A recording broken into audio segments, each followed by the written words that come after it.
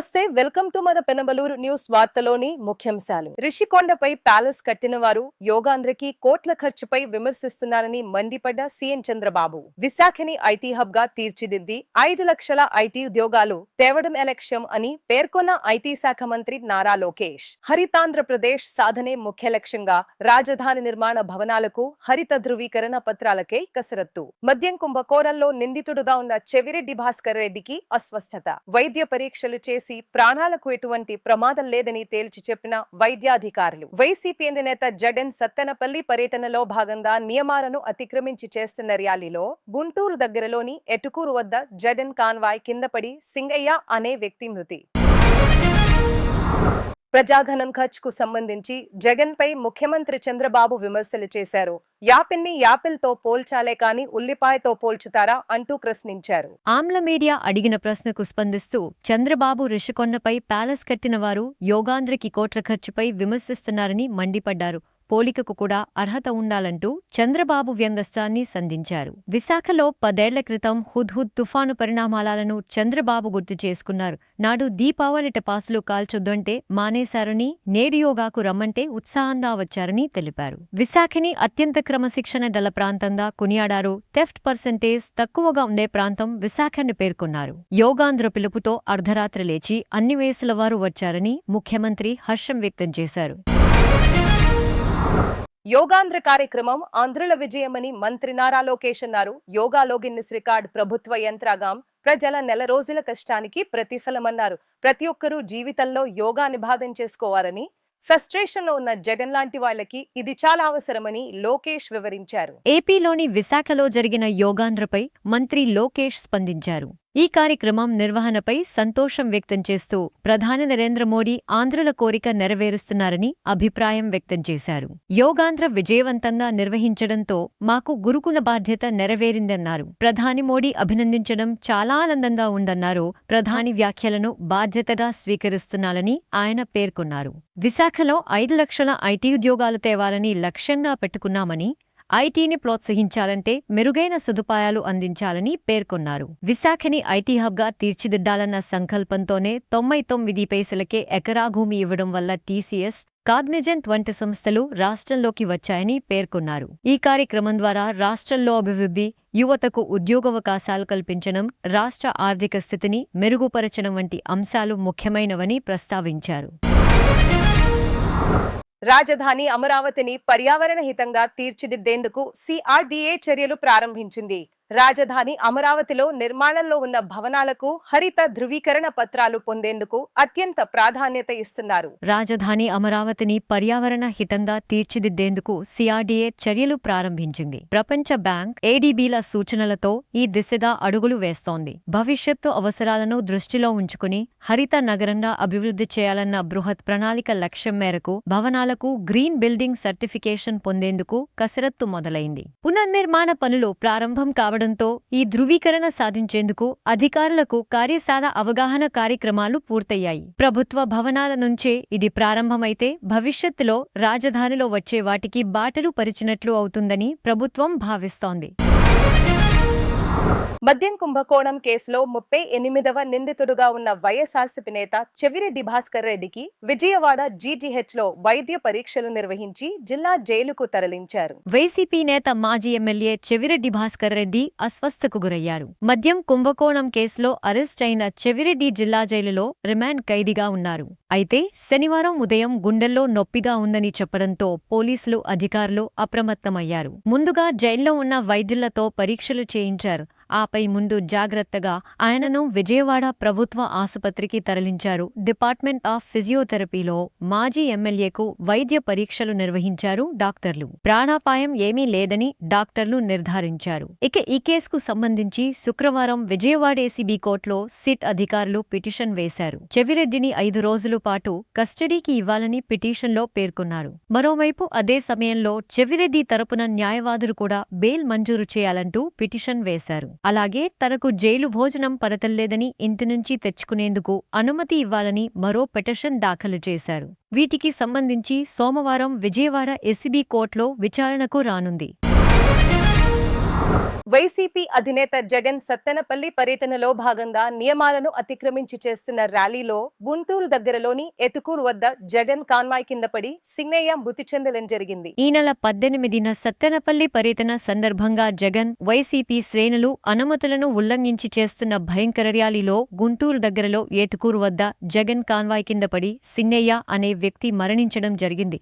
ఇప్పటివరకు సింగయ్యను జగన్ ర్యాలీలో పాల్గొన్న వారిదే వేరే వాహనం ఢీకొట్టింది అని భావించిన పోలీసులు ఆ దిశగా దర్యాప్తు చేశారు. అయితే అనూహ్యంగా బయటికి వచ్చిన ఒక వీడియో ఆధారంగా ఆ రోజు ఏం జరిగిందో బయటపడింది. ఏటుకూరు వద్ద నేషనల్ హైవే నుంచి సర్వీస్ రోడ్డు మలుపులో జగన్ వాహనం కింద సింగయ్య పడిపోయినట్లు కొందరు కార్యకర్తలు గమనించి ఆపాలని డ్రైవర్కి సైగ చేసినట్లుగా ఆ వీడియోలో ఉంది.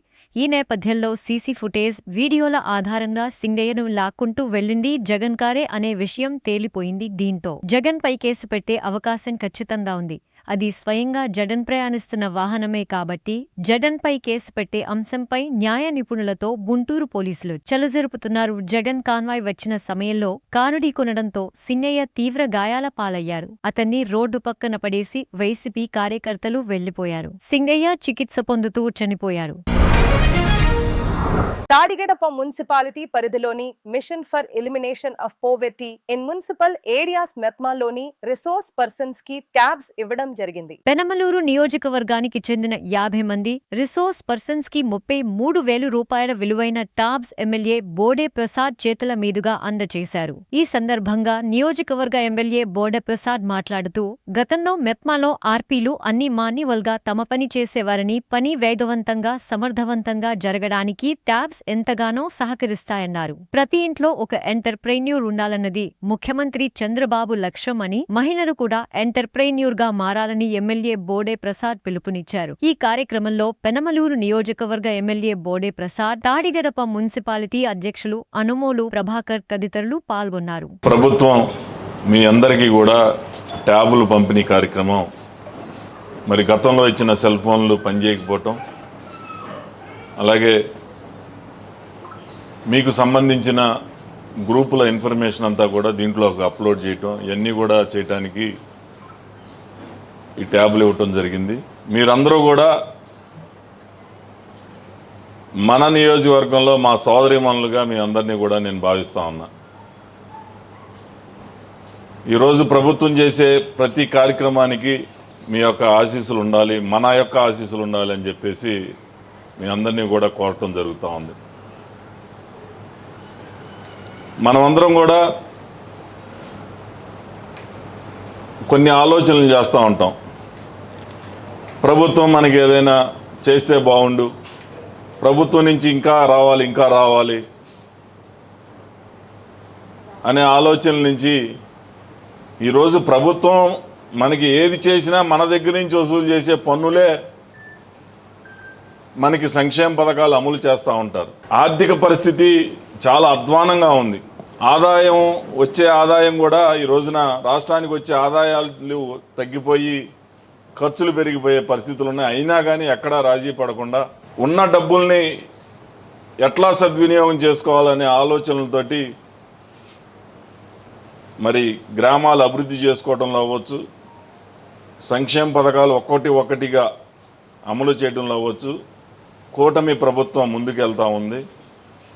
ఈ రోజున దాంట్లో భాగంగానే మీకు ఈ రోజున ట్యాబుల్ పంపిణీ కార్యక్రమం కూడా చేయటం జరిగింది. ముఖ్యంగా నేను ఒకటే మీ అందరినీ కూడా కోరుతా ఉన్నాం. కష్టసుఖాలు అనేది ఎప్పుడూ ఉంటాయి, కానీ మంచి పరిపాలన అందించాలి. ఒక పక్క అభివృద్ధి, ఒక పక్క సంక్షేమం అనేది ముందుకి 2 పట్టాల్లాగా ముందుకి నడిపిస్తూ ఉన్న ప్రభుత్వం ఏదైనా ఉంది అని అంటే అది కూటమి ప్రభుత్వేనని.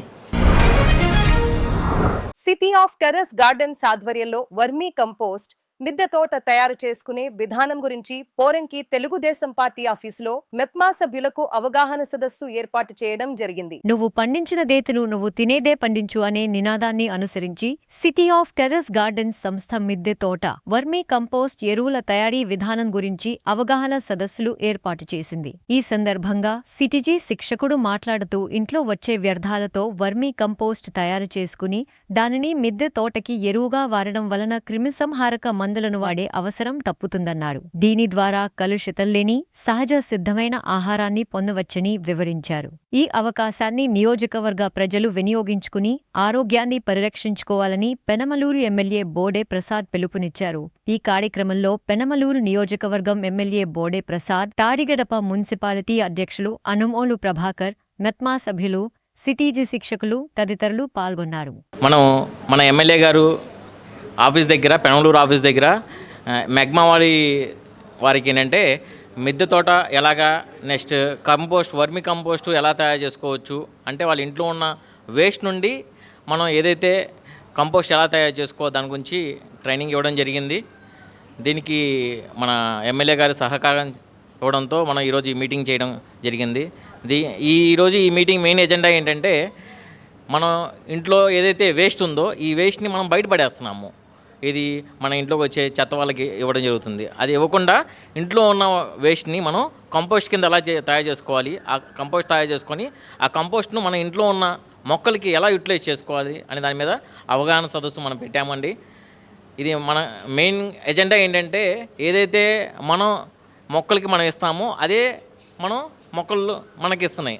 అంటే మనం ఆర్గానిక్గా ఇచ్చామనుకోండి, మొక్కలు మనకు కూడా ఆర్గానిక్గా ఇస్తే మనం మొక్కలకి ఔషధాలు ఇచ్చామనుకోండి, క్రిమిసంహారక మందులు అవన్నీ వాడితే అయ్యే మనం తింటాము.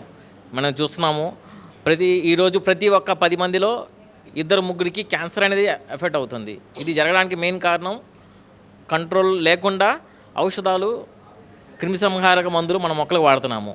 ఫర్ ఎగ్జాంపుల్ చూసుకోండి, చిన్న కూరగాయల మొక్కల దగ్గర నుండి అంటే ఆకుకూరలు కానీ కూరగాయలు కానీ వీటికి మనం యూటిలైజ్ చేయాల్సిన మందు కన్నా ఎక్కువ యూటిలైజ్ చేస్తున్నాము. సో ఆ క్రిమిసంహార మందుకు వాటి మొక్కలకి ఇవ్వడం వలన అదే మొక్కలు మనకి ఇస్తున్నాయి. ఆ క్రిమిసంహారం మనం తింటున్నాము. దాంతో ఏంటంటే ప్రతి ఒక్కళ్ళు కంపల్సరీ ఏదో ఒక హెల్త్ రిలేటెడ్ ఇష్యూ వెళ్తున్నారు. అది జరగకుండా ఉండాలంటే మన ఇంట్లో ఏదైతే ఉన్నాయో చిన్న ప్లేస్ ఉన్నా సరే, ఇన్ కేస్ మిద్దె తోట మనం పెంచుకోవచ్చు.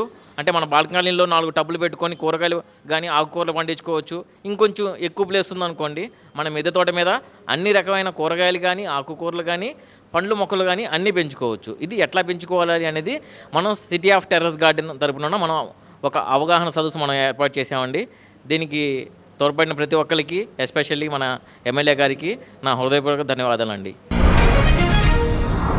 వార్తలు ముగించే ముందు ముఖ్యాంశాలు మరోసారి. రిషికొండపై ప్యాలెస్ కట్టిన వారు యోగాంధ్రకి కోట్ల ఖర్చుపై విమర్శిస్తున్నారని మండిపడ్డ సీఎం చంద్రబాబు. విశాఖని ఐటీ హబ్ గా తీర్చిదిద్ది 5 లక్షల ఐటీ ఉద్యోగాలు తేవడం లక్ష్యం అని పేర్కొన్న ఐటీ శాఖ మంత్రి నారా లోకేష్. హరితాంధ్రప్రదేశ్ సాధనే ముఖ్య లక్ష్యంగా రాజధాని నిర్మాణ భవనాలకు హరిత ధృవీకరణ పత్రాలకే కసరత్తు. మద్యం కుంభకోణంలో నిందితుడుగా ఉన్న చెవిరెడ్డి భాస్కర్ రెడ్డికి అస్వస్థత. వైద్య పరీక్షలు చేసి ప్రాణాలకు ఎటువంటి ప్రమాదం లేదని తేల్చి చెప్పిన వైద్యాధికారులు. వైసీపీ నేత జగన్ సత్తెనపల్లి పర్యటనలో భాగంగా నియమాలను అతిక్రమించి చేస్తున్న ర్యాలీలో గుంటూరు దగ్గరలోని ఎటుకూరు వద్ద జగన్ కాన్వాయ్ కింద పడి సింగయ్య అనే వ్యక్తి మృతి. వార్తలు ఇంతటితో సమాప్తం. తిరిగి మరల తర్వాత ముఖ్యాంశాల్లో కలుద్దాం. అంతవరకు చూస్తూనే ఉండండి మన పెనమలూరు న్యూస్.